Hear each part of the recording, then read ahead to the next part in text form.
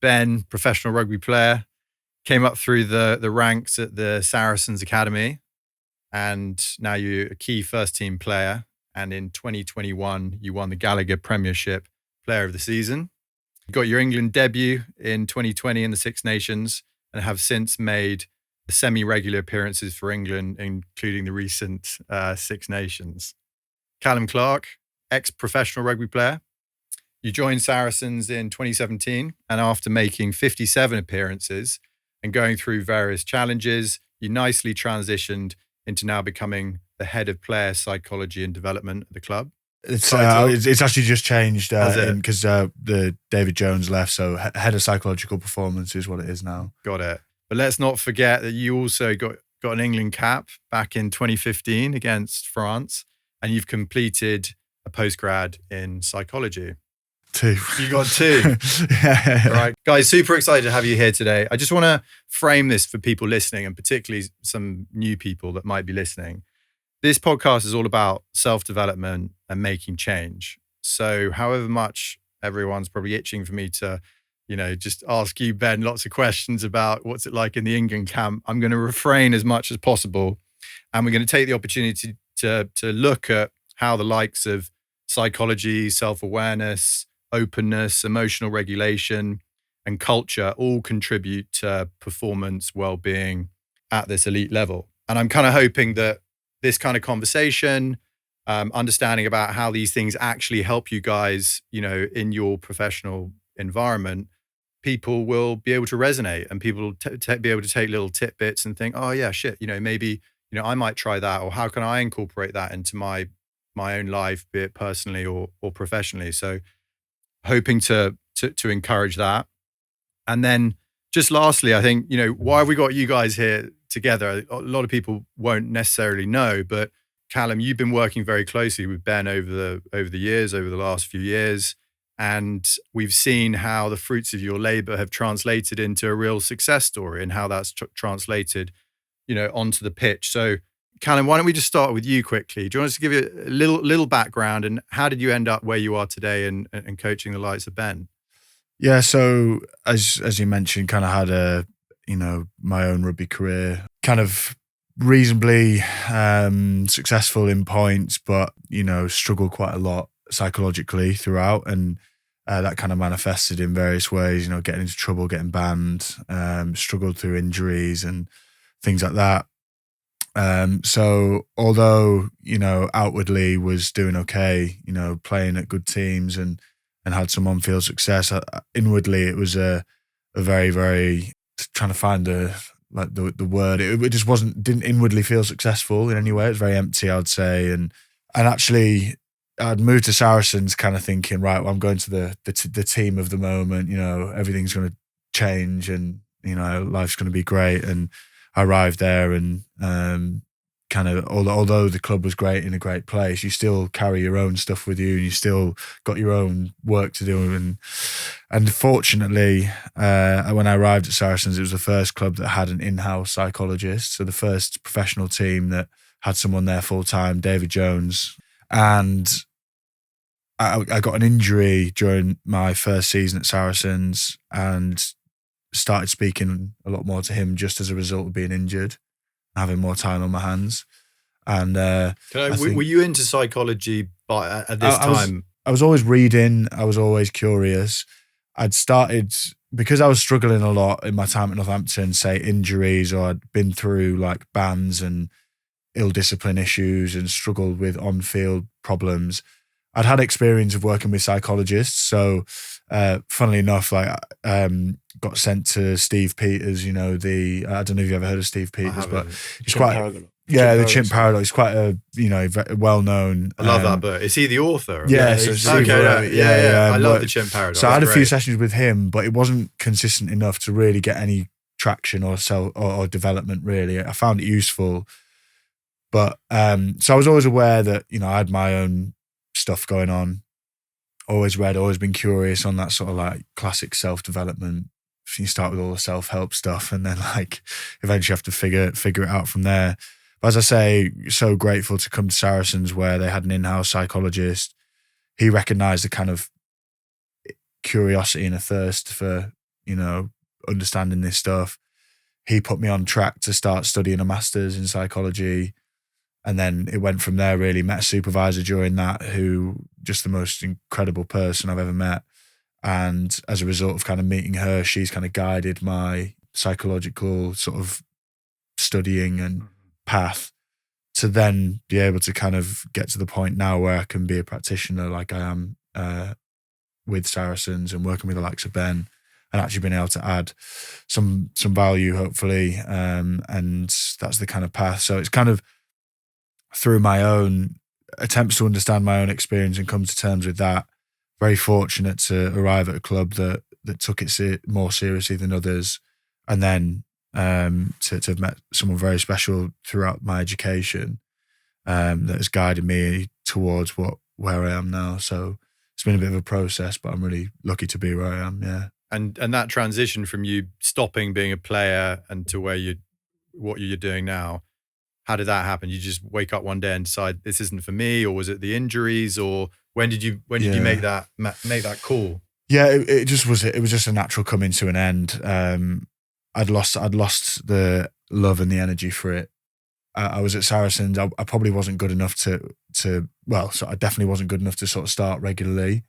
And that took a toll. It's a difficult place to be when, you're in and out of the team, you're getting older, young people are coming along like Ben who are starting their careers with lots of talent. And so it just naturally came to an end. My body was giving out a fair bit, and kind of the club had sort of recognised that I was into the psychology stuff. They wanted to develop what they were doing there.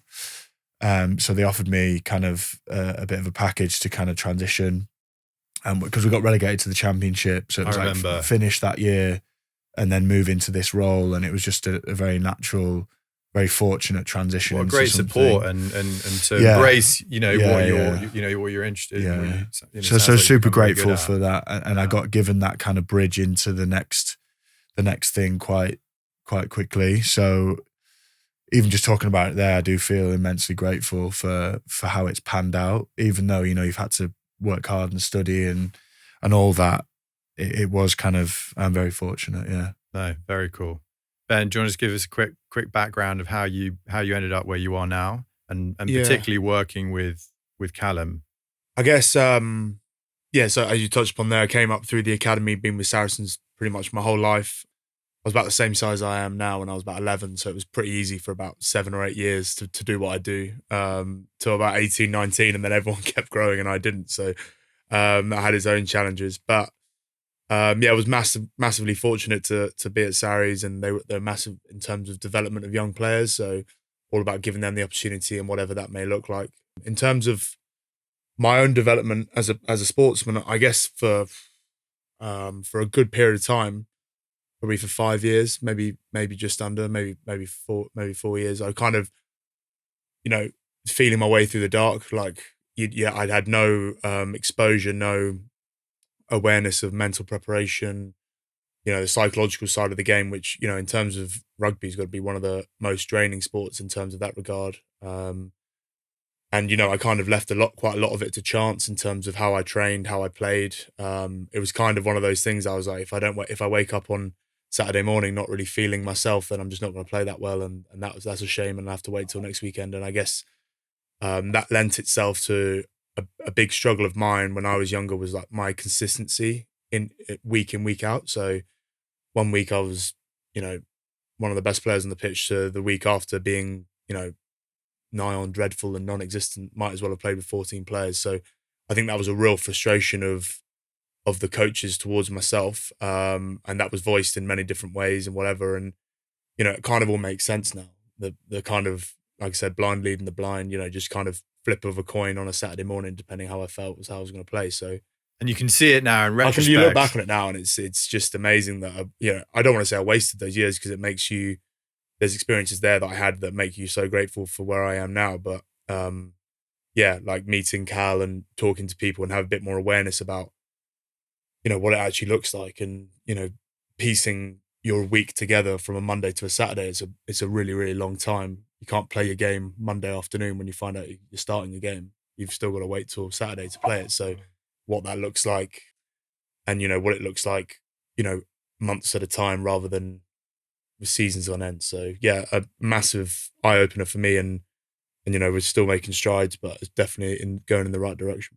And how much, before we get into how you guys working together, like just quickly, that kind of analogy that you just used of, the blind leading the blind, like yourself leading yourself, for so long on the rugby pitch, like this work, this sort of self-awareness work you've done now, has it translated into like off the pitch, your personal life, just how you manage yourself, how you go about things, how you interact with people and relationships and situations? Like, has that sense of self-awareness or that and that development assisted off the pitch as well? Definitely. I think inherently rugby is a very selfish sport in terms of what you can get away with socially. It definitely had, in terms of like some of the stuff I used to do when I was starting Premiership matches and I'd be doing on like a Wednesday afternoon, was just completely bonkers. Like, like going out for beers with uni mates and whatever. Like, it was just crazy because that was just like, I was like, it'll all depend how I feel on Saturday anyway, so it doesn't really matter. I think one of the things that me and Calum will touch upon later is just like, I found such more consistency in terms of my actual off-field stuff, and how if, you get those building blocks right, and then you've got a 75-80% more chance of actually turning up, being a bit more mentally engaged because you've done all those little building blocks starting on Monday morning all the way through. So for sure. And I guess they say like, you're happy off the pitch, you're happy on the pitch. I'm probably more the other way. If I'm happier on the pitch, I'm a lot more accessible, a lot more better value off it. So, and that's probably for most players as well. That's how it works. Got it. Actually, sorry, can you just clarify, your better value off the pitch, you mean? Well, if things are going well on the pitch, I'm Cal and I, there's probably actually where we found our common ground at the time, was like, if things weren't going well for us, we weren't the kind of people that were just going to be like, I just need to step back from this. We were like, I need to dive more into this. I need to work harder. I need to the point of extremities where, Cal probably found that his body couldn't cope with getting into it as much. And I probably found myself being really stewed down and bogged down by my shortcomings in terms of like consistency and what I was doing. But then if those kind of things happen off the pitch, then you're going to really struggle. But then, all of a sudden you find a bit more consistency on the pitch. I was just like, right, I know what I can do in the week. So then I can be a lot more sociable, be a lot more available to certain people that want to be. Got it. So how did this relationship start? How did you start working together? What was the real, problem you were trying to solve? And, why this particular relationship that you guys have got at Saracens? I think I always had an interest in, so I played at Northampton before and always had an interest in kind of like a little bit of mentoring and that type of thing. So when I moved to Saracens, it was always something, I just kind of naturally wanted to do or whatever. So Ben was a young back row at the time. I think what were you, first or second year academy when I joined? And then, just so we obviously were in competition, but obviously still had that slight, like the age difference and that type of thing. But I think more formally, we obviously played together, towards the end of my career. But I think as I transitioned out and the more formal work that we started doing together, I just remember that I think the real work for me, there was a selection game at Sale. That's right. And it was around Christmas, and the director of rugby, Mark McCall, said we're picking our toughest team and you're not selected in it. And when Ben at this point was obviously a good Premiership player and had played international rugby, and I think at that point it was such a disappointing, kind of frustrating kind of moment. And that's when you sort of text me and said, can we have a chat? And often those moments of disappointment and frustration and difficulty open the door to kind of doing this type of work or looking inward a little bit more. So I'd say that was the kind of beginning of it, the real formal stuff that we started to do. And it aligned with a point in my training as a psychologist in what I'm doing, that I'd sort of got enough skill and a couple of ideas and a couple of things that we could try out together. Had enough to work with. And I think Ben was open to it, was engaged in it. And I think we managed to make good ground quite quickly because of that, and because we had a good pre-existing relationship as teammates and whatever, so that did assist and help.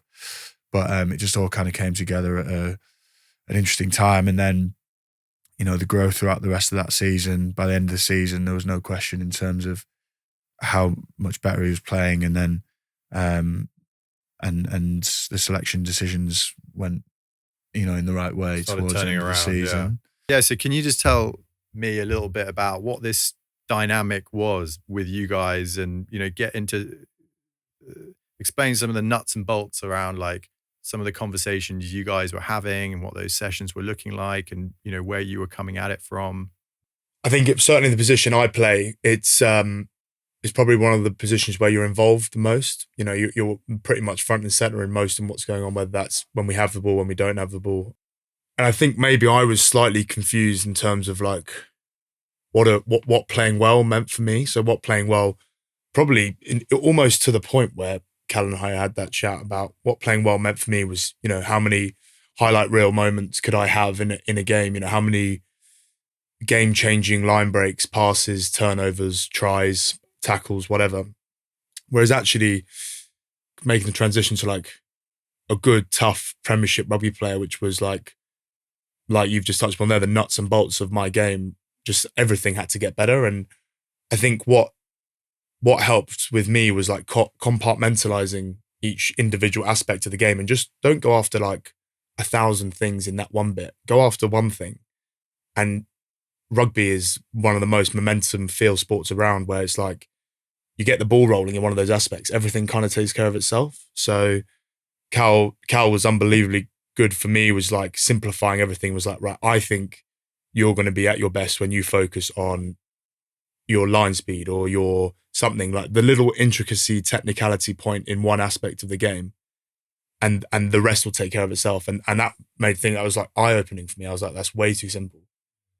And lo and behold, gave it a couple of weeks in terms of I'm a big one. Like I write a lot of things down before I play. So like night before a game, won't really be doing a huge amount of TV watching. I'll be sitting down reading, and then if I've got any thoughts about the game, I'll be writing them down so that I can like reflect on the game, but also in the morning of the match, just having a few bits down. So and he was very good in terms of giving me something clear and black and white in terms of this is what you got to go after.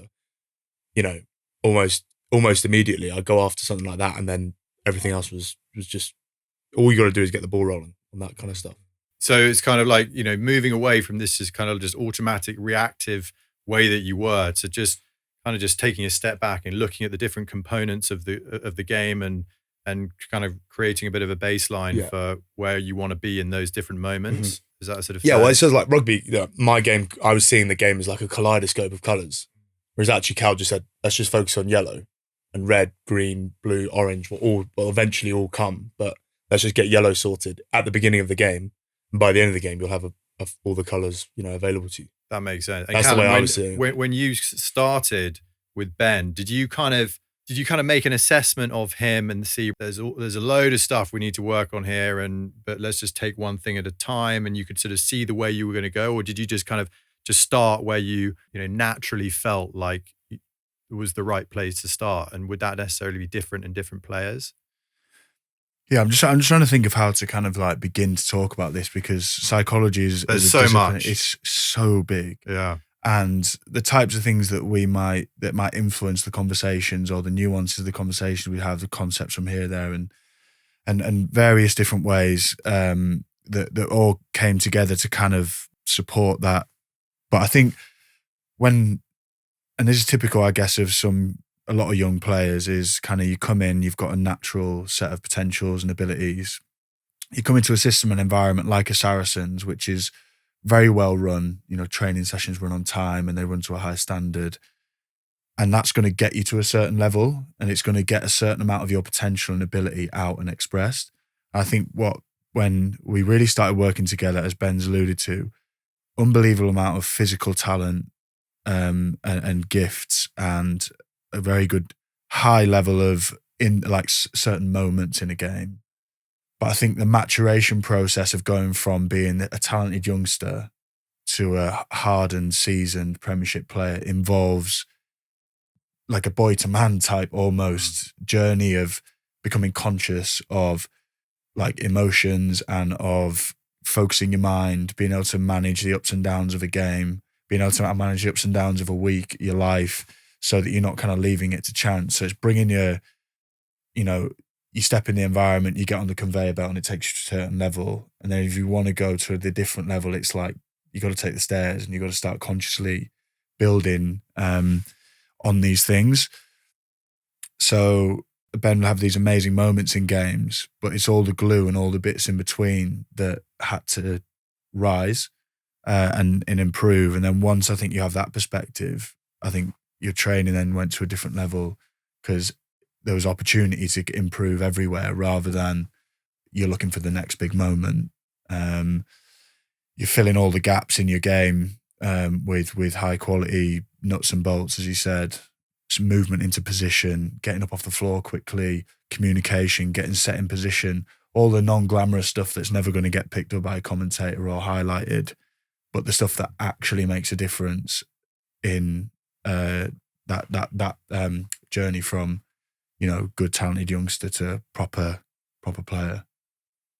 And how much were you guiding Ben in sort of understanding himself as a person and his own mind and his own psychology and his own sort of emotions and even beliefs and things that might have been holding him back? Like, were you digging into that kind of stuff a little bit?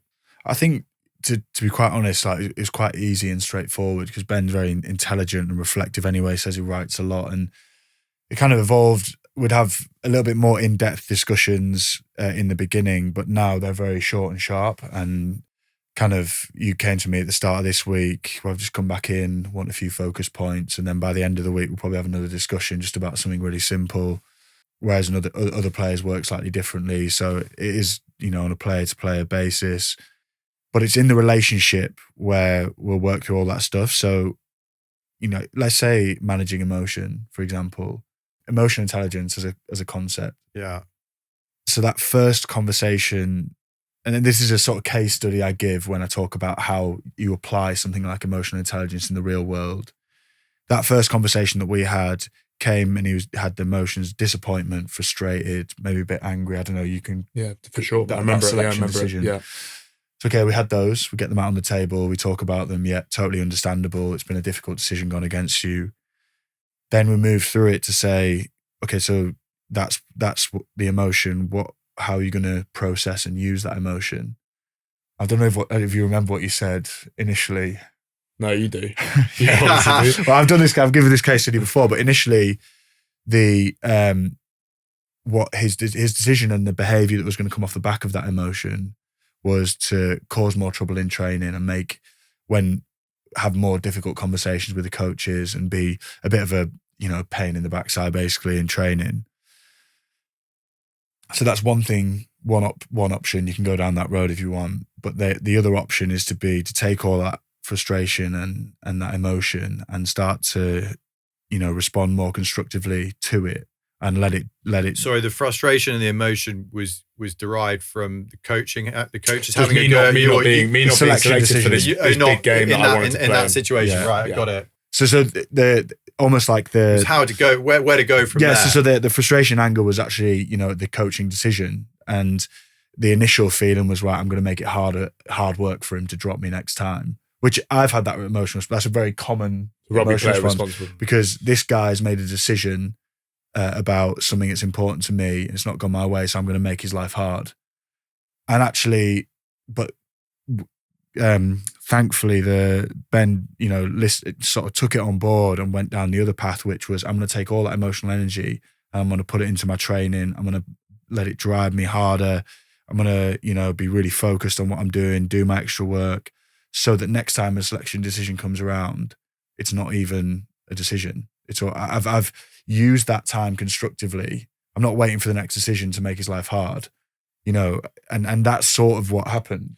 Yeah, I think also, and I look back on it now, and it was actually the right decision not to play me. I was probably angry, disappointed because the feedback I'd been given was probably the case, and it'd been the case for the last 4 years of my career to that point, and that was always the thing that was holding me back.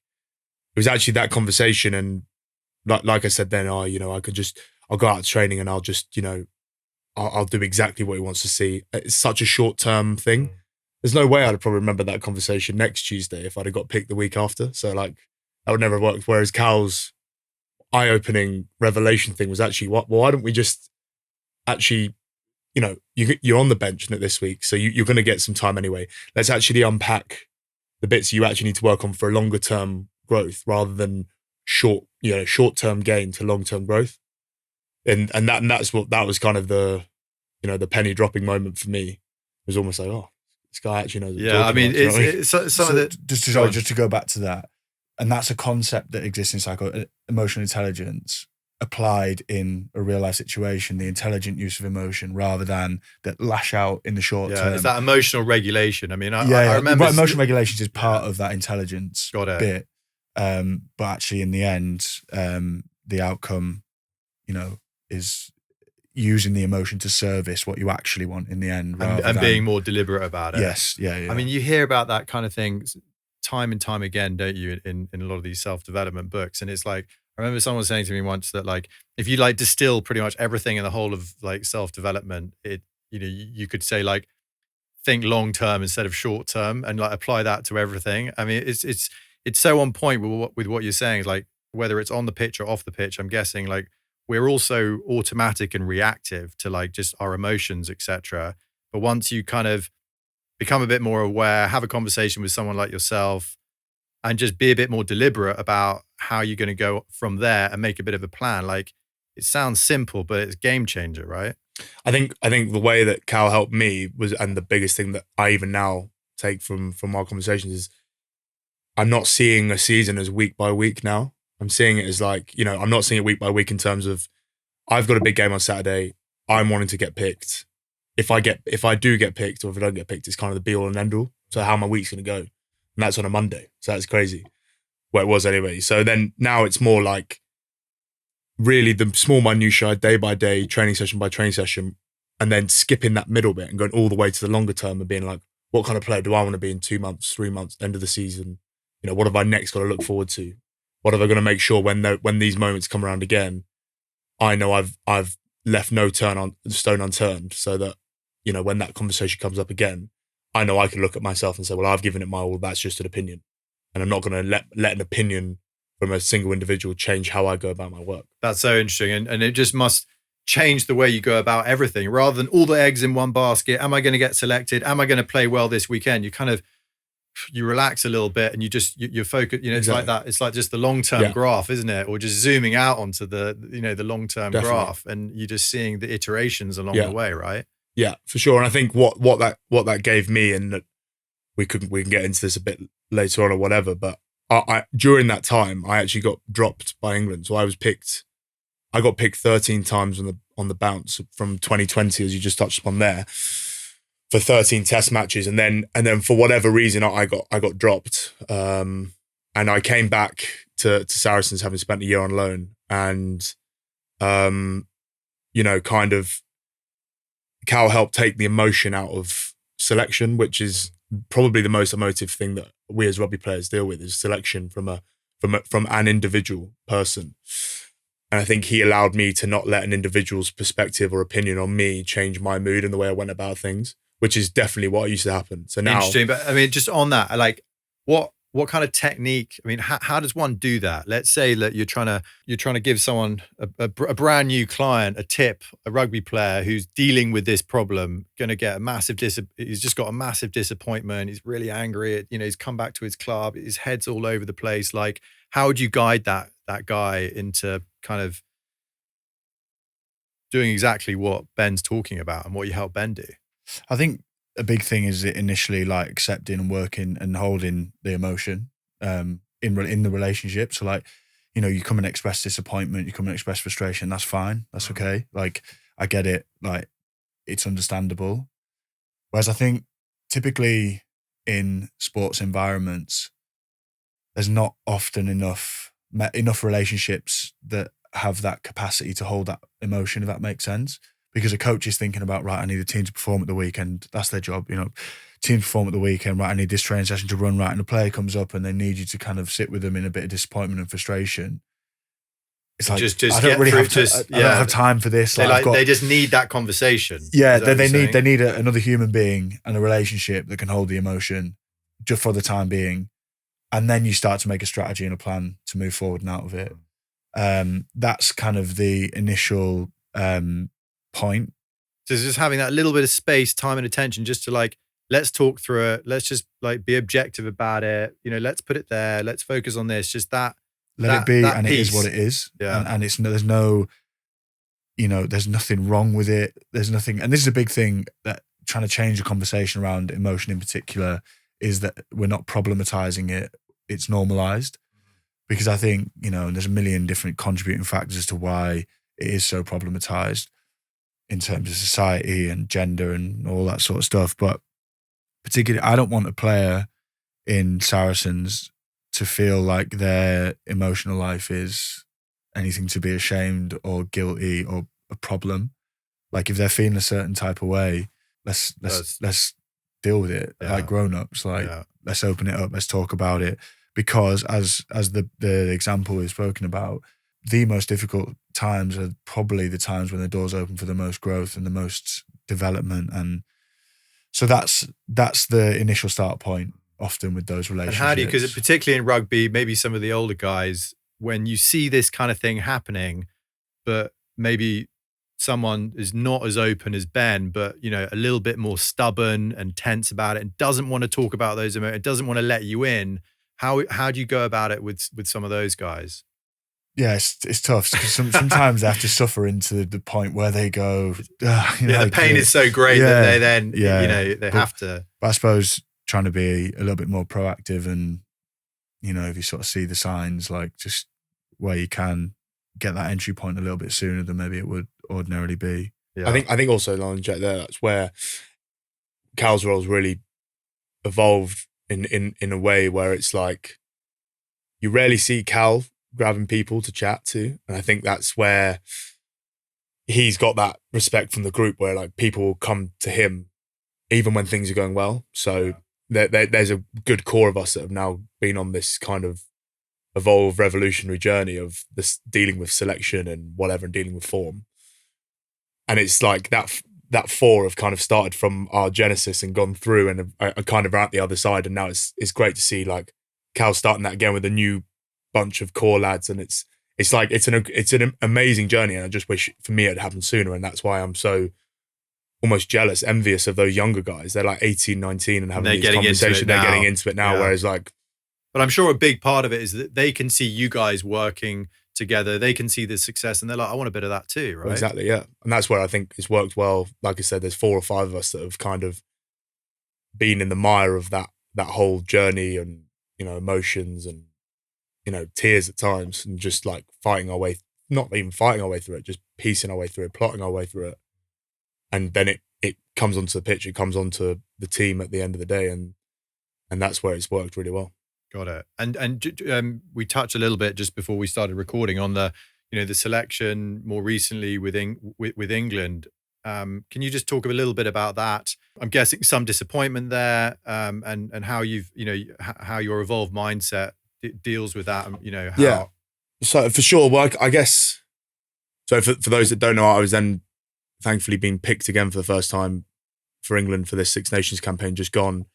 And even in that little insulated environment, I've still had to I'm always going back to being 18, 19 again, where I was involved in the first 2 games and then for a number of reasons wasn't involved again. And I guess it was kind of refreshing to see that I still got I almost reverted back to the 18, 19-year-old at the beginning where I was like really emotional, really like, I was like, this isn't fair.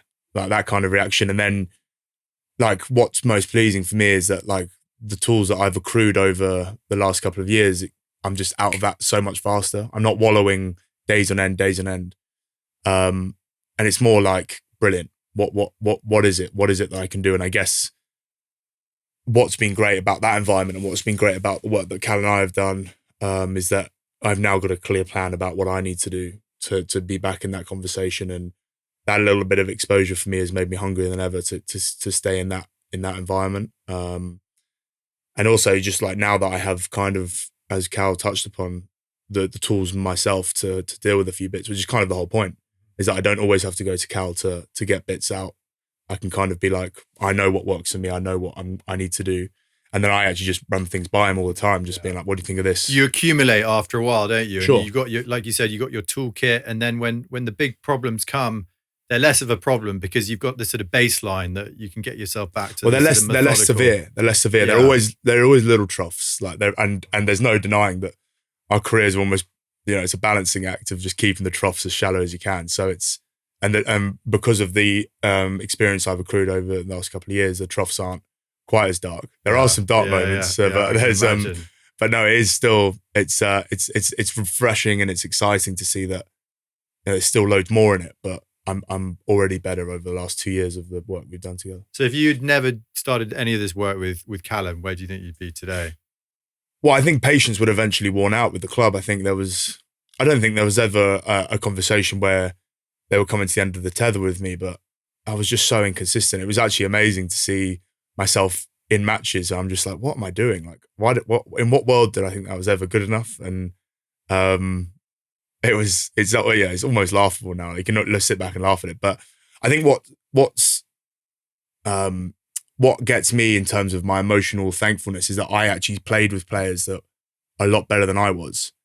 And if they'd have had someone like Cal at the time, what would have come of them? Yeah, what could have been? A lot of people fell at the wayside at my age, where it was kind of, if you could get to 21, 22, having made it, having, just survived, whatever that looked like, you were probably going to be okay.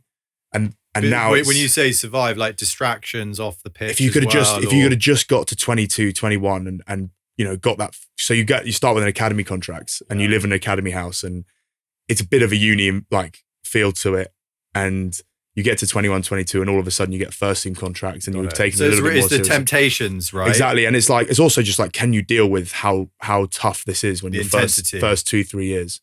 The expectation, the training sessions where you get, the hairdryer treatment for an hour and a half, and it's pretty demoralizing and there's some pretty dark moments. And it's like, if you'd had someone just to like open your eyes to the bigger picture and the journey that you're on, it would have been invaluable. But some people, we didn't have that. Almost like gamify it, almost. Exactly. Help you gamify it a little bit. Exactly. So Calum, when you're working with the likes of Ben, and I'm guessing that sometimes, whether it's Ben or whether it's with someone else, you get into quite personal, deep stuff. You might understand about, what their core motivations are or insecurities and things. And once you you get that person, you get what they need, and particularly within the culture and the environment of the team and, at the club or whatever, where's the line between keeping that as a silo and as a person, or like opening it up to the team and the rest of the guys saying, look, Ben needs a bit more love, or he needs a bit more, support here, or, don't be so hard on him in that case, or do you know what I mean? Like opening up the conversations or where we're at with the player. Because I remember hearing this about James Haskell. I think it was Eddie Jones that spoke about James Haskell. They realized that he was quite an insecure guy. He just wanted to be loved by everyone. That was his core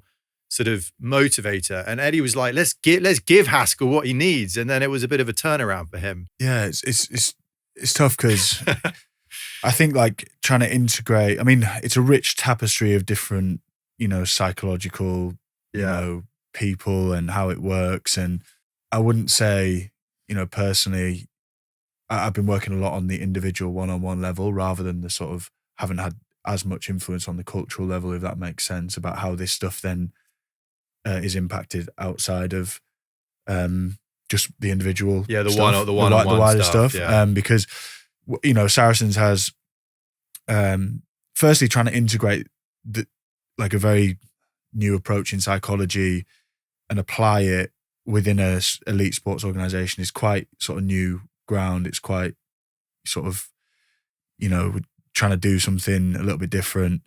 And then to do it in a system and a structure that's very established, with players who've been there a long time, incredibly successful, coaches who've been there a long time, incredibly successful. The real ground that I can make at the moment or the influences on the one-on-one level. Got it. So I wouldn't say it's extended too much further out than that, other than when someone like Ben or Andy, you've captained the team a bit this year, and then you start Andy Christie, who's another player that I've worked with, and then you start to see, their work or their leadership or whatever start to influence others. I've worked quite closely with Ian Peel, the forwards coach this year, and obviously he's got influence over a large section of people within the organisation. So when his coaching is psychologically informed, then that helps, the people underneath. So you're rubbing off on people. It's trying to integrate these ideas and these approaches in where there's space and appetite for it, and for people to really embrace it, take it on, and to integrate it, and that just happens at different paces and different speeds, and when people are ready and when they need it and think it's important. So it's very just trying to explore where to apply this. To give an example, even within the Saracens organisation, like that, we've got the Mavericks netball team, and they've got a head coach who's really interested in integrating it there. So I work with a couple of the players in the netball team plus the head coach. So it's just where there's appetite and real considered thought of integrating this properly, and how you can do that. So it's just ongoing and we'll figure it out. But there's still a lot of work to do in terms of what it could really look like and where you could really take it, for sure. And in the context of like other Premiership rugby teams, do you think Saracens are doing more of this than other people, or are a lot of the other clubs doing it? Like where are we on the evolution of this, psychology, self-development within the clubs and the teams? You might have a different perspective having been at Bristol or whatever, but I think everyone's trying to do it. They are, yeah. Everyone's attempting to integrate psychology and be more psychologically optimal and use psychology to optimize performance, because they recognize it's so influential. On a week-to-week basis, if players are generally in the same physical condition. It doesn't fluctuate that much week to week. But the real fluctuation comes in the sort of psychological state and the emotional and mental state of the team and the players and the coaches and that sort of thing. So I think people realise its influence and importance. They realise for a long time it's been left to chance, and they're trying to grab a hold of it somehow. And it is exciting to be given the freedom to explore that and do it in a certain way, and to see it work in certain areas. But like I say, I think there's a long way to go, and I'm not sure what the state of play is in other teams. You might know different. So I played at Bristol, and I would say nearly every team's got one, right? I would say nearly every team's got one, but I would say how much is it actually? Firstly, how much is it being incorporated? And like also, I would say, I've got to be able to say this in the right way. Some of these are the boss's own man or woman. So they're hired by the boss. So you've got to be a bit careful what you're saying. I know boys that have been stung by that. Have been stung in that way. So I think what's great about the way it works here and maybe not as well at other places is when you have a conversation with Cal or David Jones when he was there as well, it would stay there. And like, although we're all aligned, it's almost a separate entity, and it's not going back in a coach's office at the end of the day, and if it is, it's going out in the right way, which is pretty damn important because I'm guessing, Calum, a lot of this stuff is creating that environment to be able to develop those kind of conversations you want to. Yeah, and if there are things that are confidential, they're kept in. Ideally, it'd be an integrative approach where everyone in the organisation is aware of what's going on and what's happening and how to get the best out of each person, psychologically, physically, from a rugby point of view, and that's the kind of the dream end point. No, it makes a lot of sense. This whole kind of cycle of the rugby teams really fascinates me because you hear a lot of the England coaches. I mean, I'm a classic rugby like England fan and don't go further than that. So I'm kind of obsessed on the England stuff. But you see a lot of the coaches come through the years, and you talk about like rebuilding the teams, and then the energy changes, etc. And I remember hearing that when things started going a bit stale with Eddie Jones before he left, like he was focusing actually quite a lot on the team building stuff and the camaraderie and getting that stuff right, because I'm guessing that at that international level, most of the rugby stuff is kind of done. A lot of it is getting the right mindset and the right cohesion and the energy. But I heard that he was focusing too much on that and not enough of the rugby stuff. And now Steve Borthwick's come in and like trying to get the rugby right first. Yeah. What do you think about that? Yeah, firstly, I should say that was pretty fair in terms of reflection. I think you can work on the team stuff as much as you can if you know what you're getting on the pitch is the right stuff. And I think maybe that's probably where Eddie and that England team lost focus, talking to quite a few of the boys that were there at that time. And Steve came in and said, look, we are all about the rugby at the moment, because that is where we're going wrong. Like, you can do all this team building stuff, but if you haven't got a game to back it up, then you're not going to be that successful. Well, Eddie used to do this thing called the Misogi, which is like a Japanese cleansing team building thing, which is like a mental challenge or something. And although I actually I was fortunate enough or unfortunate enough never to be involved at the time, there was this one where they had to get on these massive surfboards, and they were in Brighton, which I don't know if anyone's been to Brighton. The sea's pretty minging. And they had to honestly swim as a set of six with a like a sandbag on your lifeboat to protect it out to a buoy, which I think was no word of a lie, nearly 750 meters out into the sea, and then come back in. And it's called the Misogi, and everyone used to fear it. And obviously there's some boys that can't swim or whatever. And there's one guy at Bristol called Harry Randall who picked up an injury that would then rule him out for the rest of the Six Nations from these mental... Doing that. Yeah. So it's like those little things, I think there's definitely growth in them, but done in the right way, I think is the correct way. I mean, at Sarries, we're big on building teams and stuff. And from my experience, wrongly or rightly, the best way of building a team is spending time together away from the environment of the club, away from the coach's eye. So yeah, we spend a lot of time socially together after games, after training, coffees or beers or whatnot. So that is honestly most organic way you can build a team. Rather than trying to force it. Team challenger. There's a saying, there's nothing worse than forced fun. So, and I still think that's probably the way. Yeah. I've got a little quote here that I want to read, because I think it sums up stuff. I want to get your input on it. So Joe Marler, who's an ex-England rugby player, wrote this little extract about Eddie Jones in an article or magazine, whatever. I think it sums up the British nature quite nicely.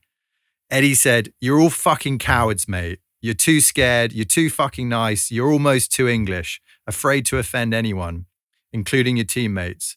If you're not prepared to turn around in training to Jamie George and say, mate, that throw wasn't good enough, you're never going to make progress." He shook the niceties out of us and showed us you can still be a tight-knit group and unbelievable friends, but also with the ability to give and receive feedback that is going to improve you and the team. And I just think when I read that, it's so kind of on point with this Britishness, whether it's like rugby or just in society, where a lot of people are just too nice, too polite, worried about offending each other, and not just like having that confidence to deliver constructive criticism because maybe they're afraid of what that person might think about them. And is that something that's quite at the crux of these teams? Like, that pushing through the politeness. I know this is moving away from, some of the one-on-one stuff, but, just generally, is that a big thing that's tried to, that's brought into the culture of these teams? I think there's a couple of ways to slice it up in terms of, if you're trying to be a team that's going to achieve and reach the top of the game, there's a certain level of standard and of sacrifice and of commitment and of hardship that something like that level is going to take. And that's the professional side of what you're doing. And like, there can almost be, there's not that much room for maneuver in terms of like, of trying to achieve something and be successful. Like, you have to train hard, you have to put it in, you have to da-da-da-da.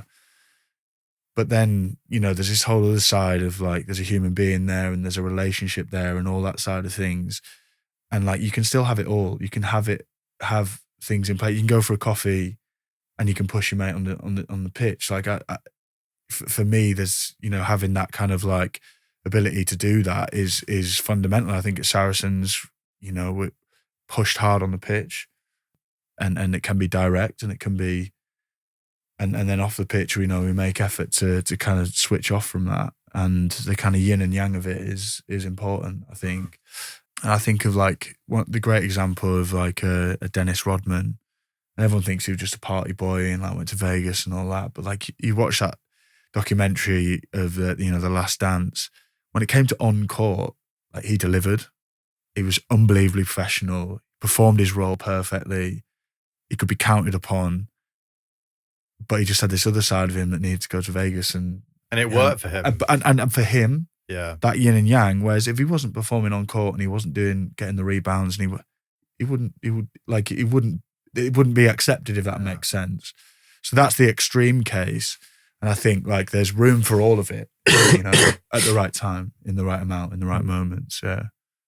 Yeah, I think like, and you learn as you get older to accept that that's just the way it is. I think there's a funny saying at Saracens, it's just like, some days your number's up. Do you know what I mean? As a young player in a team where in these big games, the pressure's on at training, your number can come up and you can get a bit of a hairdryer from a few of the older boys and a few of the experienced heads, and it's a pretty tough place to be. You do feel very alone. You're not doing something which is expected of you because you're not trying hard enough, or you're not in the right place, or you haven't done your studying, so that you don't know your knowledge and whatnot. Exactly. So, and that's almost like a rite of passage. You have to go through those sessions and they are.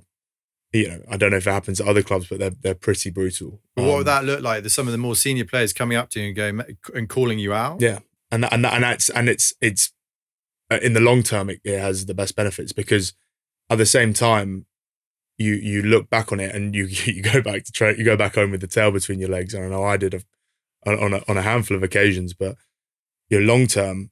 You then go up to him you go up to whoever gave you the hairdryer the next day, and you're like, can we watch this back? And he's couldn't be happier to help you and to give you the knowledge that he wants from you, and that's how you grow as a team. That's how you grow as a relationship. And some of the boys now that would have given me that treatment, I now consider some of my closest friends. So it's like I said, it's a bit of a rite of passage, and it's that tough love. Once you realise that it's coming because they want the best for you, it's a game changer. Well, they're not even about you. It's like they want the best for the team. It's not like it's not because they're illogical. They're not.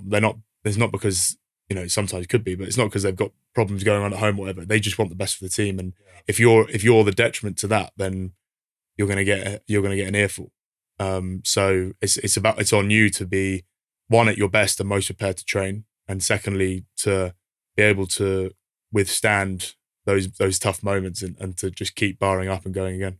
Makes total sense. I mean, to a lot of people listening, I think this is such a big thing, whether it's like with groups of friends or in the workplace and stuff, where people, are a bit too polite and hard, don't want to call people out, they don't want to offend them, and, they might think they're not doing their job properly, and, they don't want to get upset, and, they don't want them not to like them, insecurities are at play. Like, how would you go about like trying to just make baby steps into like developing that, moving away from like too polite to like a bit more of that radical transparency that is for the greater good of everyone? Yeah, so it's a tricky one, and I'm just trying to think in terms of, I think there's what Ben said about, there's an intention behind your action and to trust it. And if Ben, like say a player I'm working with, disappointing moment, disappointing performance, the intention I will always go into that conversation with is with growth and with like, I want more for you and that you can do better than that. And it's not going you did this wrong, you did that, judgment, criticism, this, that, and the other. And like, I'm some sort of like perfect person. It's like, I think and I know that there's more better you could do, and let's plan our way forward and let's make a strategy and let's go for it. And, like more of an empower and inspire rather than carrot and stick and like this old school thing of, and even that challenging that notion of a player needs an arm around them or they need like the hairdryer. That always makes me laugh, because it's like, but that same player could need a different thing on a different day, or could need somewhere in between. And it's like the nuance and like the understanding that comes in relationship consistently over time of understanding what someone needs and what's going to move them forward and out of where they are to a better place. That's always the intention, rather than coming in and kind of like being the sort of the judge, dropping the hammer of judgment and like, it makes total sense. Yeah, it's the spirit and the energy with which the conversation is had is like, I see more in you than you currently are. And I think there's ways we can work towards that. Rather than you're a fixed entity that's my job to kind of decide whether you're good enough or not. Like, Yeah. I really challenge that way of looking at a human being, because I think we all have unrealized potential that, nurtured in the right way, can take us to a better place than we are now. So that's the spirit I'd like to try and interact with. I think just from my experience, I've and probably from the whole, from working life as well outside, where I've I'm close to people now that are going on that journey of like having a boss and wanting to impress them as their sole aim in life. I think once you get to know the person, you can then get on to that level where you can give feedback, you can give criticism because it's for the best of the person. I also think that if you front load your feedback with, I do just want the best for you and I want the best for this company, I want the best for this team, I want the best for your family, whatever. Give that honest feedback then after that, because you'll then get people on the right foot. Isn't there a risk? We hear a lot in the rugby teams after like a big defeat or something, things are going pretty badly. And, on the interview afterwards, there's a lot of chat about, no, we've got to go back to the dressing room. We've got to all like fess up, ask ourselves some pretty hard questions, be really on it, go to some dark places, etc. Like, I'm guessing you kind of half know what that means, but you half don't. And, is it literally everyone getting around the table and being like, letting it all out, like, Ben, I think you weren't trying hard enough and you went out last night and I don't agree with the coaching guy and you did this to me. And it's like, can it turn into like a slagging match? And like, how do you avoid, I get the idea of it, because everyone's just got to let their shit out and get to the bottom of where we all are. But is there not a risk of everyone just fucking falling out with each other? Do you know what I mean? I think we've probably seen both, haven't we, at times? Yeah. I mean, there's one moment that sticks out, and Calum and I were still playing at the time. We both played the game. Sarries, for as long as I've been at the team, we both at the team have been nigh on serial winners. They've won a fair amount for whatever reason. They were a very successful team. We went on this 7-game losing run, and we played a Claremont team on a Monday night after it being snowed off on the Sunday, and we lost what felt like 100-0, but I think it was by 40 points, and everyone was pretty sheepish, and that was loss number 7. And we came back in on the Wednesday. They said, boys, don't bring your boots, coming in for a team meeting on Wednesday. And everyone was like, this could get pretty nasty. This team's never had this, whatever. And we sat down, all the coaches walked out the room, and I think we had pretty much 3 or 4 lads in tears by the end of the meeting. And then we all went out and got on the beers for the rest of the day on a Wednesday afternoon. And like, honestly, it was the most cleansing moment. And I think don't think we lost the game then until the end of the season. That's really not that had anything to do with it, but I think that's a really, when I tell that story, I think it's a really I think it was one of the most magical moments I was a part of, whereas like people that I aspire to be like, and I've deified for a lot of my professional career, was sitting there in tears because that's how much they cared about the team, but also how much they knew they weren't delivering. It was actually rarely nowadays do we see people calling people out front on. People are front footing it. That wasn't good enough from me. I know I'm working hard. That's interesting. Rarely do you get in our team, which is as experienced as it is now, people hold themselves to a standard higher than expected than for me to be in a position to say to Cal, that wasn't good enough. Cal will already have said to the group as a whole, that's miles off it from me. I apologize. I'm working on it. And that's all you need, because then you're like, right, sweet. Well, that doesn't need to be unpacked then. It doesn't even need to be shown. That's really interesting. I actually heard Johnny Wilkinson talking about the England team just gone Six Nations, that penultimate game after the loss, the big hammering against France, being like, it's actually just going to take the pressure off now. Johnny Wilkinson said that they'd probably come back against Ireland. You guys come back against Ireland and probably play better, a bit lighter and more focused. And is there a piece about that expectations and the heaviness and the tightness and trying to force something compared to going through something like that and coming to kind of processing it, letting it go, coming to sort of realization that, we're not as good as we thought we were. And like you said, it's a release. It's a relief and a release, right? Sorry, just quickly on that England piece, that was certainly the case. We were probably, and actually in fairness to the team, they never thought they was good, but I think the media and the public thought we were way better than we were. And how far off we are in that journey, how many miles or what we are off it in terms of France's journey compared to England's journey.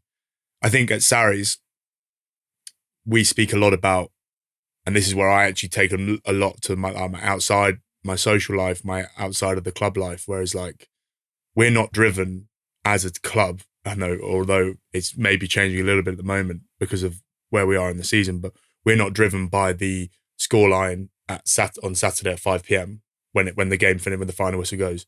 What we're driven by is our day-to-day actions, the way we are with each other, the way that we are mentally engaged in what we're doing, and that's our expectation. Now, that is our minimum standard. Is that's the buy-in that we need from 1 to 23 as a player, and in a way that kind of takes the pressure off, because you're like, right, as long as I'm physically and emotionally engaged in what I'm doing in this team and doing exactly what the team needs, leaving everything out there, then it doesn't matter.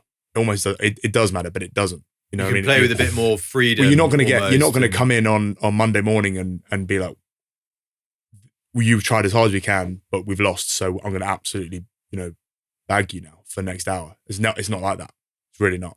Is it almost a sense of you're controlling what you can control? Exactly. And you're falling to the level of your habits and your routines and the. Well, exactly. So then in normal life, in an office life, in an office situation, it would be like, look, I'm going to put this piece of work in on the deadline exactly how I want to go about it. And I know I've engaged, I know I'm emotionally into that. And if that's not good enough, then that's not good enough at the moment, but I'll get better because of it. I mean, it's such a. We're talking about this now, but we spoke about it at the very beginning, didn't we? It's such a powerful thing, isn't it? To not look at the right here, right now. I mean, I have a few coaching clients that I work with, and we're like, it's all about, right, let's get really fucking clear on what we really want, what's really important. We look to the 5, the 10-year plan. Can't do everything. You can do anything, but not everything. And get really clear on what you want and attach a lot of meaning to it. So it has legs. And then we kind of extrapolate all the way back to the 1-year plan, the monthly plan, the daily habits. And then you've got the you know what you're prioritizing. I know I'm just telling you guys what you already know, but I just think it's interesting from like a regular guy perspective to what you guys are doing in elite sport and helping people relate. And then all of a sudden, like, because you know exactly what you meant, what's important and why and your priorities, it's way easier to say no to all the shit. And then you know that everything you're saying yes to, you're saying no to what you really want to do. And then you wake up in the morning and whether you got your morning ritual or your daily habits, you just tick them off.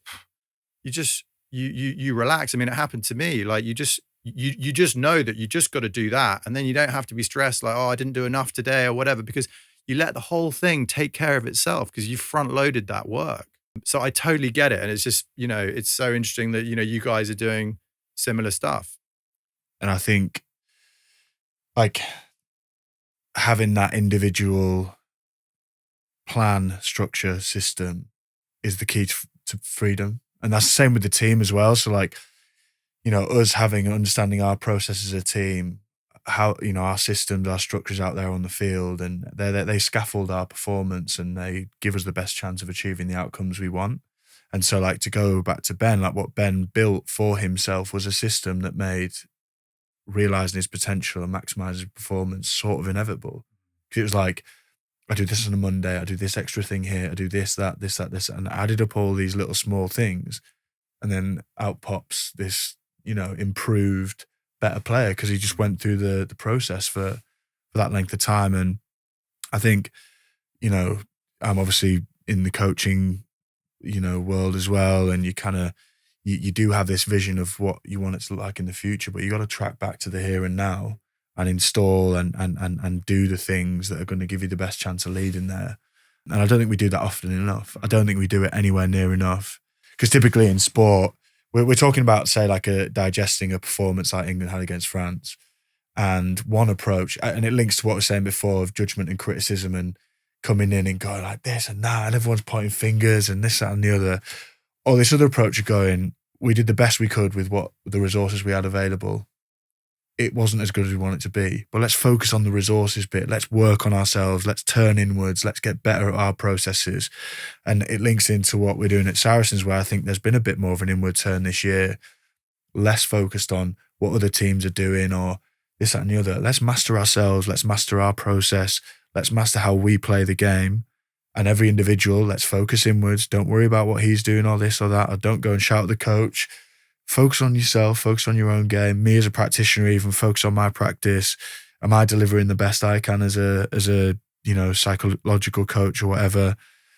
Once you get people looking that way, then things just start to kind of go in the right direction. It's funny, and that's the big psychological lesson, is like it's the inward turn. And that's the key. And I think the more people within an organisation and a team that has more of that approach is more likely to kind of get where they want to get to.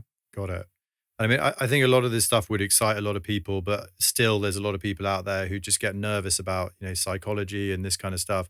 When we had a quick call before the podcast, Calum, we spoke a little bit about positive psychology. Can you just touch on that a little bit? Like, what is that and why is that helpful? And, why is that quite popular? Yeah, so I entered kind of my psychology sort of formal education, just like anyone else, thinking, okay, I'm struggling a bit, and like psychology is all about depression and anxiety, and people in institutes and people who've been sectioned, and the discipline of psychology for a long time has been focused on that end of the spectrum. So if you can imagine -10 being really ill mental and emotional health, +10 being very sort of positive end. Most of the discipline has been focused on alleviating anxiety, alleviating distress, naturally, where sort of towards the back end of the 20th century, and actually throughout time, but more sort of in the discipline of psychology, and then definitely the 2020 onwards, they've started to look at the other end of the spectrum. So, okay, like you might not be -7, -8 out of 10 in need of that level of help, but you might be a 0. What does the rest of it look like? What does real like positive psychological functioning look like? And the reason why it resonated with me so much is because people looking at psychology in sport in the same way. We'll have a clinical psychologist, so if anyone's depressed or if anyone's addicted, they get help. But then I was like, well, there's a gap. But like, how often does that happen? You might have one person in a whole season that needs that level of intervention. What about the rest? And then, so that opened my mind completely to going, whoa. Because if you think about physical health and a rugby player, a professional athlete, we don't wait till they're about to have a heart attack before they do any training, which is what we're doing psychologically.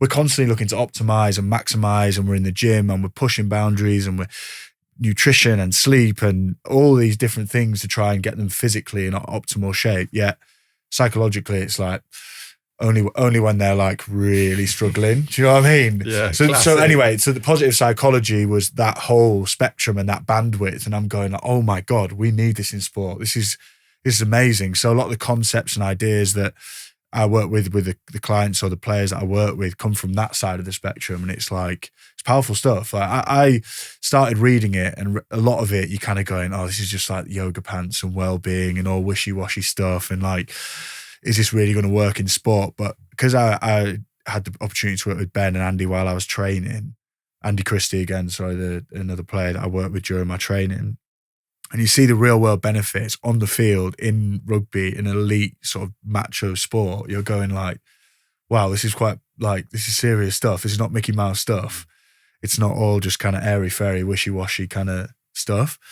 So that was kind of eye-opening for me. And I know probably drifted a little bit. The question was, but that's the positive psychology side. You resonated with it. Yeah. And it struck me, and I went, wow, like, where's this been? So what's exciting is to integrate this new field of study into elite sport and be kind of trying to push and pioneer the entry point of that, because the world is waking up to it, and they're starting to try and integrate it into work now and workplaces and corporate world.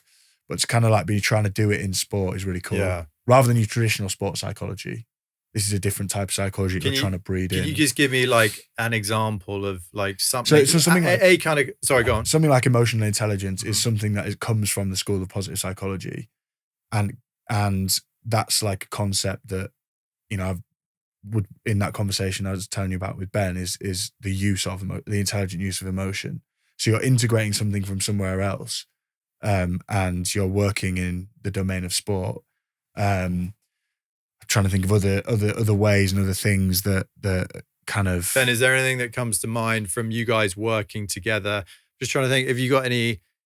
I'm sure people would love to hear any kind of like concrete examples of things that you guys spoke about that directly translated onto the pitch, like in a moment, or, you know, a scenario where, you know, you went into the locker of the work that you did with Calum and it actually translated into a positive outcome? I think there's one moment for me where I was like, and it was actually when I was captain the team, it just stood out to me massively in terms of like the trickle down effect that he'd had on the group, on this younger group. It was during the autumn internationals in this season, so in November last year, and we were 30 points down to Northampton, and we were for 50 minutes of the game, we might as well have just been stickmen, and they just kept scoring. And you just kept looking around the group going, why is, like, back in the day, why is no one panicking? Like, everyone was just so like, all right, it's happening. We're not where we need to be. We know where we're going to be. And Cal and I had actually in the week spoken about, like, me as a captain, me as a player, making sure that every challenge we just talk about stepping up. So whatever that next step was, just keep taking that step. So we're 30 points down and we had about 20 minutes to go. Everything seemed to be against us. And it just seemed there was just this moment that clicked, and it, like that positive psychology, we just unlocked, like opened this door, and the whole team just went through it. And for 20 minutes, we scored 45 points and won the game by 10.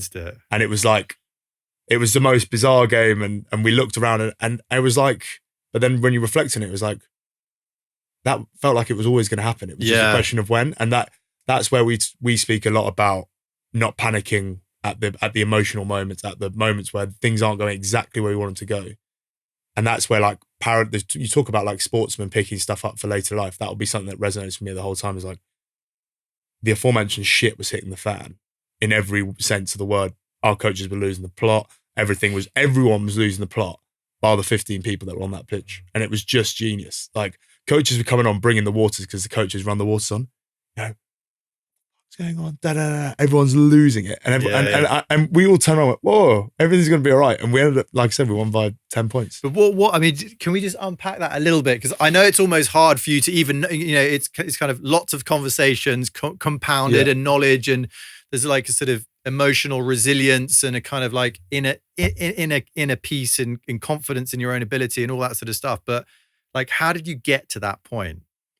I think firstly, this is where we speak about training having a massive bearing on what we do. And I remember, literally the moment the game ended, I remember thinking back that whole week and just trying to unpack actually what happened. And that whole week we hadn't trained particularly well, but the feeling in the group was really, really good. Like there was confidence in the group. We were 3 from 3 in that block, and it's always a tricky block for us because we lose a lot of players. We're 3 from 3 in that block, and we'd not trained particularly well, but we were like, it's all right, because the way we are with each other is probably the most important. And the whole week we'd spoken about everything, good, bad, ugly, whatever happens, we tighten as a group, and physically and emotionally, everyone get aligned, everyone get with each other. So, and come the end of that game with 10 minutes to go, we needed a point to win, a try to win. We're under the post, and we are just literally a nucleus of big men. And there was just a clear plan, one voice, go and do it. And I think that's probably what will resonate with me for the rest of my career, was the ability to, good, bad, ugly, consistently, you as an individual and you as a workplace or whatever, constantly getting tighter, whether that's in work, out of work, you're always spending time with each other, you're getting aligned. That was the word I was about to say.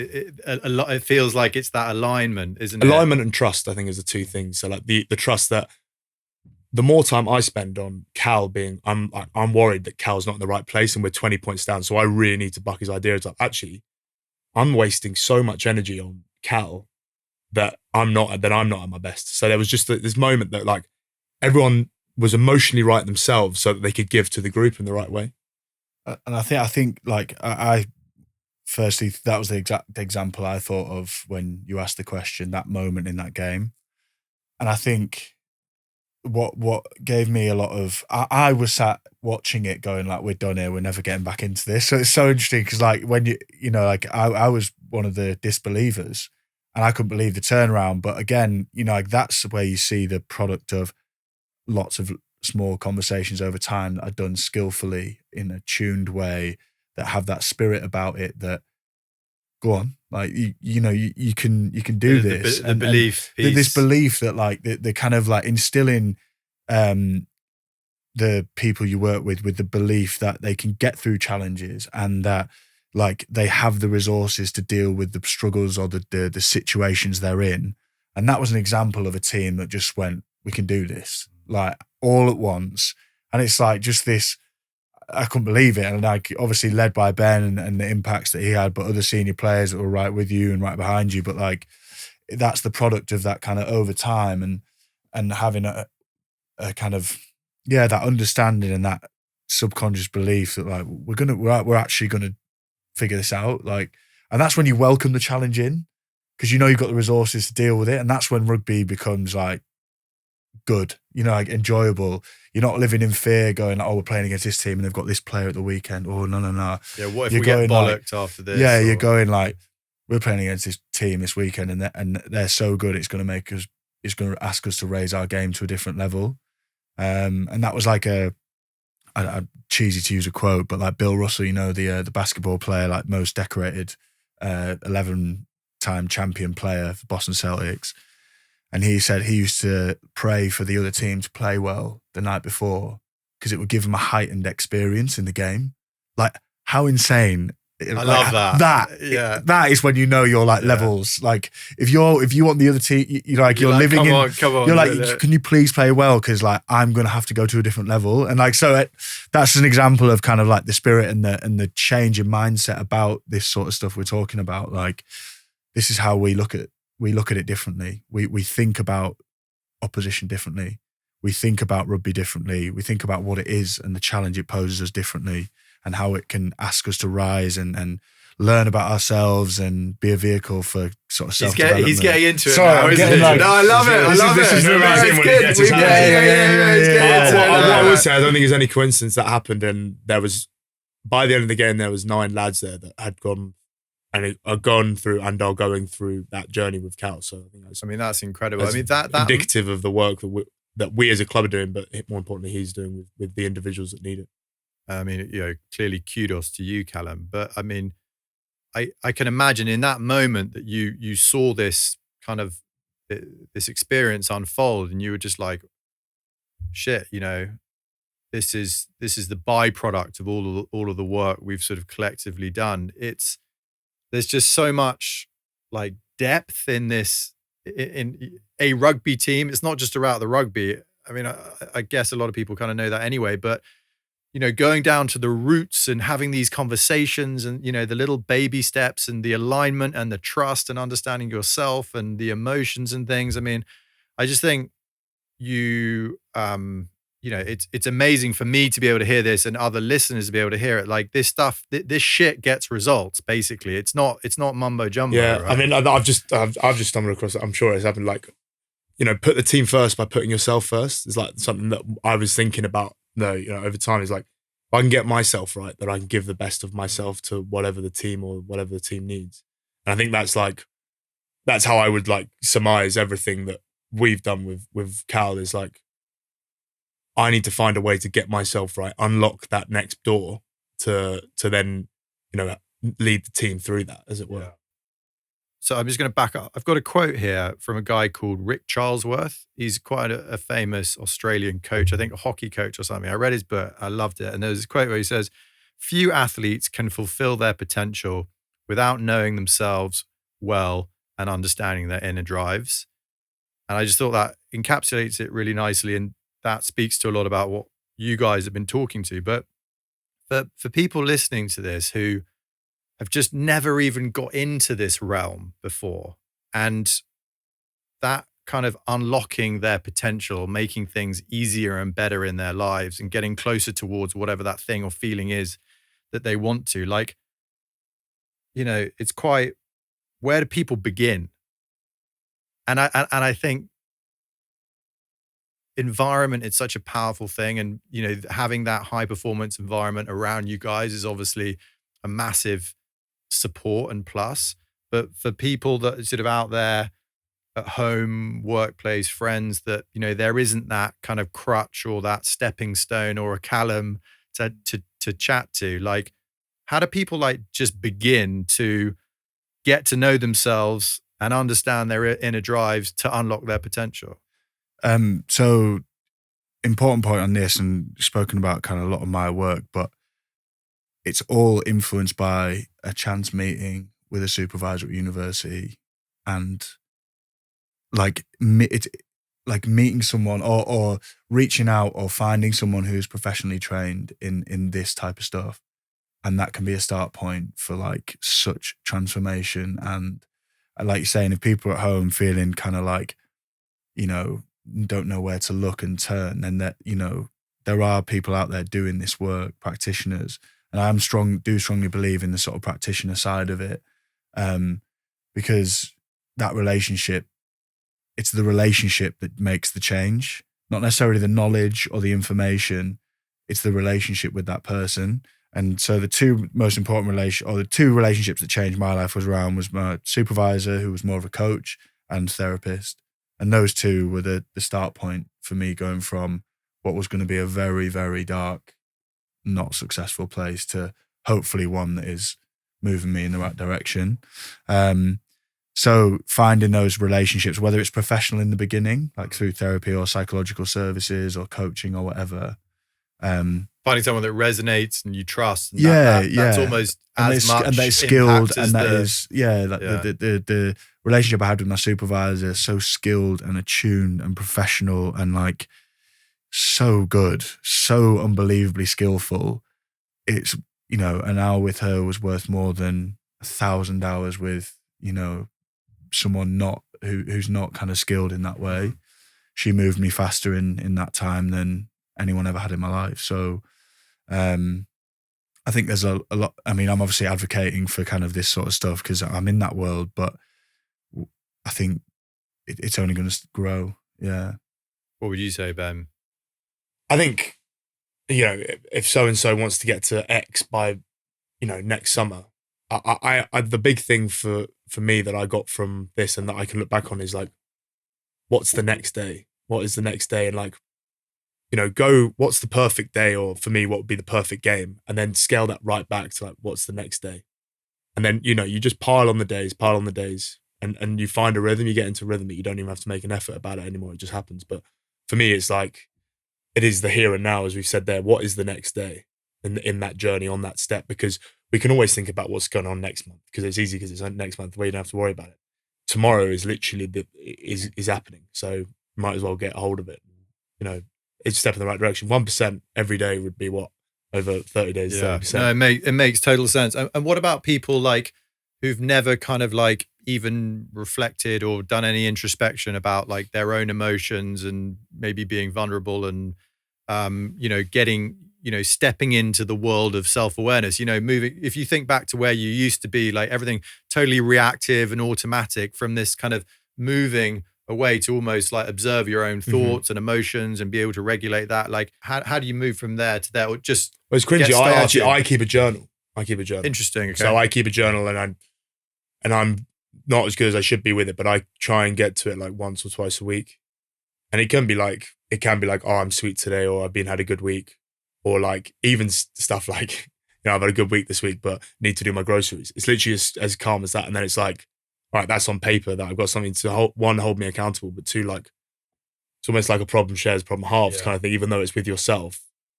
I saw a video saying, write all your problems down, then cross off the ones you can't control. And there's normally there's only very few that are left. But I think there is something in the fact that I find writing down very therapeutic, very releasing. And it can be, because sometimes, I don't always go to Cal because don't want to talk to him about it. So I'll just write it down and be like, all right, sweet. I can actually, now that's down, I probably know I've got that going on. Let's see how I am next week and see if that's still the same problem. Yeah, that's really interesting. What is next for you, Ben? Like, can we just talk a little bit about the England camp? And you mentioned a little bit about how hard it was sometimes, coming back from, some of the Eddie Jones era back to Sarries. And then that's different now with Steve Borthwick and, the way that he's doing things, which is slightly more aligned with Saracens.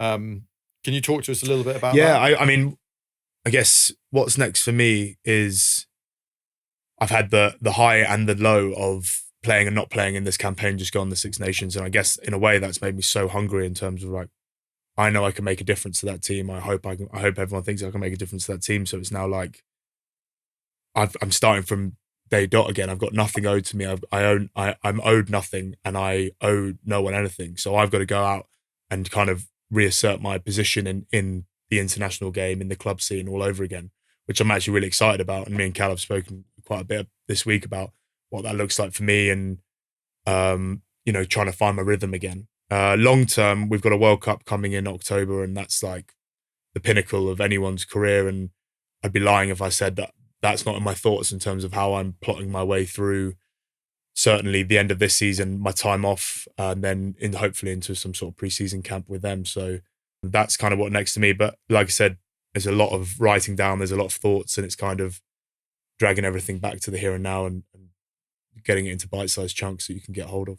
Does it play a role, the fact that there's so many England players who are Saracens players as well, and you're sort of hanging out with the likes of Owen Farrell, and you're trying to impress him, or be, do they have any influence, or it's not just Steve Borthwick like looking at videos of you playing? It's like, are you very aware that there are a lot of other England players at Saracens, and that is a thing? Well, yeah, I certainly think there's an important bit there where actually I've spoken to Cal this week. Like, don't come back to this and be like, I know Steve Borthwick watching me, so I only got to do everything he wants me to do. It's about what the team needs, and that will always align at the end of the day with good performance, and that will align with what Steve wants to see, what Mark McCall, our head coach, wants to see, what Owen wants to see from me. And I think, again, going back to that saying, get yourself right to get the team right. So put yourself first. And this is one of the most exciting weeks for me because we've got a game on Saturday, massive game, massive occasion. And I can just be so focused on myself in terms of like, I'm going to get my stuff right so that the team can benefit, which I think is exciting. It makes total sense. And what about that difference in culture between Eddie and Steve and, moving back and forth between the two different camps? Well, I think from hearing some boys, who had been in that camps, they've come back from this camp excited, ambitious, almost thinking about, I'm owed nothing again, so I've got to go out and earn this. Whereas with Eddie, you could sometimes come out of those camps. I think some of the boys said, their mind's a bit frazzled, they're exhausted, they've been in like what they would call a tumble dryer for the last 6 weeks. So it's like there's a very aligned, clear like line of thinking, and it's now just like all systems go until the end of the year, and put yourself on that plane to France, I guess, which is exciting. It's really exciting, yeah. I mean, the emotional regulation thing, like, it's such a big one it's something you say, and I think people know what one means by that. People that don't necessarily know much about psychology, so it's quite an easy one to kind of like touch on. And maybe if we can just use that as an example for a second, like you tell me, Calum, like I'm guessing that so much of what we think, feel, and do creates the world around us and how we feel, right? So being able to like manage and regulate our emotions is such a big precursor to like moving away from like reactionary, like a lot of us just live through our life, in quite an automatic, reactive way, to moving into more like self-awareness. And like, what does that even mean? Is it observing our emotions and then being able to like have more of a choice and being more deliberate about the way we go? Yeah. So again, that this is my sort of subject of research with the papers I've written and stuff, is all around emotion, because firstly, it was the thing I struggled the most with as a player, and it was the thing that held me back and it worked against me. Whereas what I hopefully through, the work is to help that people's emotions work in favor of them, to service their goals rather than get in the against way. them. Yeah. But that needs skill and it needs ability, like on the part of the individual, because they are incredibly powerful. They're often deeply wired, deeply rooted within us. Our emotional responses come from, the past, our history, our upbringing, culture, society, all that sort of stuff. But if we're able to deal with them and manage them effectively, they can be the most powerful drivers of change and progress and growth that are within, Equally, they can be the most, harmful and difficult. So that's kind of getting the understanding, accepting, normalizing, working effectively with emotion is the thing that I think is the most important with the work that with the players. And the thing that gets the most kind of growth. It's difficult. It's not easy. Emotions, like I say, they are powerful. And if we could all regulate our emotions really well, the world would be a much better place. Yeah. But it is that space, that ability to get space between kind of stimulus and response, to choose a bit more, to understand what's going on, to be more,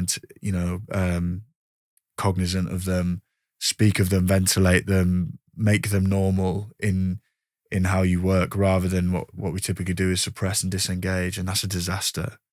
Like, you suppress, and then something happens and there's an outburst and it's totally disproportionate to what's happened, and you're so ashamed and you're going, oh God, what have I just done, and and it's just this negative cycle. Whereas if we healthily deal with and process our emotions, I can just hear from you talking that you've seen it go that way a few times I've done it myself, my whole career it was like that. And the other bigger point about this emotional part, and actually this is a bigger purpose of a lot of it, is when it's not regulated properly, how it's disengaged from, it can lead to really negative coping strategies. So if you can't deal and regulate with your emotions, you turn to drink or drugs, or and actually as a wider societal problem, that's something we need to look at on a broader perspective. Like, sport's a great arena in which to do it. But, you think about, the problems in society and where a lot of them come from, and it's that ability to deal with and manage and accept and regulate and normalize our emotions, I think is a big step towards alleviating a lot of that stuff that happens. And what about the inner, going back to Rick's quote, the understanding your inner drives? Like, I'm guessing working with Ben and all the various different players, different guys have got different things that are motivating them. And is part of the process like trying to figure out what that is to help that person know and unlock that? So sometimes, yeah. Sometimes typically when you're working with these guys, they're in this sphere of their life where they want to achieve in rugby. And this actually ties into something we spoke about before about you asked about obviously performance improvement on the one hand, but then life and personal off-field life improving as well. And I think what Ben said was, as his rugby improved, you sort of feel like everything else in life is better, because you're young, you're driven, and you're in a sphere of life where it's time to achieve. I think sometimes where we get it wrong is when we separate them, we go, oh, don't worry about performance, let's focus on the sort of mental health, well-being, etc. conversation. No, I want to achieve, help me achieve, help me do the thing I want to do. And what's been rewarding when you're working with players is when they start to get that right and the on-field starts moving in the right direction, the rest of the stuff comes with it. And so it's holistic and it all goes together, because the better they feel off the pitch and the more rested and relaxed, etc., they come back fresher and they perform better, and it just kind of evolves like that. So it's time of life, and it's really important that at that age, at that time, it's go for it. Don't be, you know what I mean?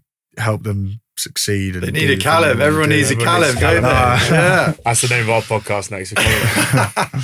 No, look, I mean, it's just so interesting, and thanks for being so, open and particularly you, Ben, coming on and speaking about, how Calum has, letting us into your world.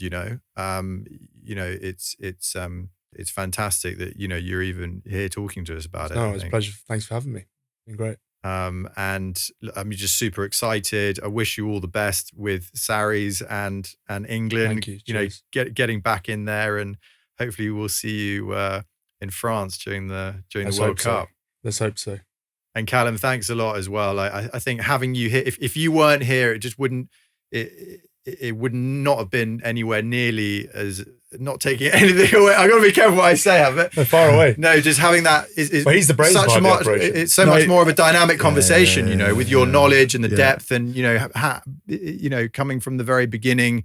It's an evolution, right? And I think it's important for people to hear this sort of stuff, because a lot, you're I suppose a psychologist, right? And that word puts a lot of people off. And seeing you, rugby player, working with Ben Earl, people aspire to that. They think that, it's cool. You guys are doing amazing things. You're an elite sport. You're on TV. You're a professional athlete. And I think people look up to you guys. And I think it just having these kind of conversations goes a long way to kind of normalizing it. And people that, like I said, in their everyday lives at home or in the workplace, maybe I might have a little flutter and have a look into this sort of stuff. So it's like being in good physical shape's like kudos in our society, and hopefully one day being in good psychological shape will be the same kind of conversation and be seen in the same bracket. Definitely. Yeah. Well, I think that was a great place to end. Boys, thanks a million for coming, so and look forward to seeing how things pan out. Thank you. Cheers. Cheers, boys.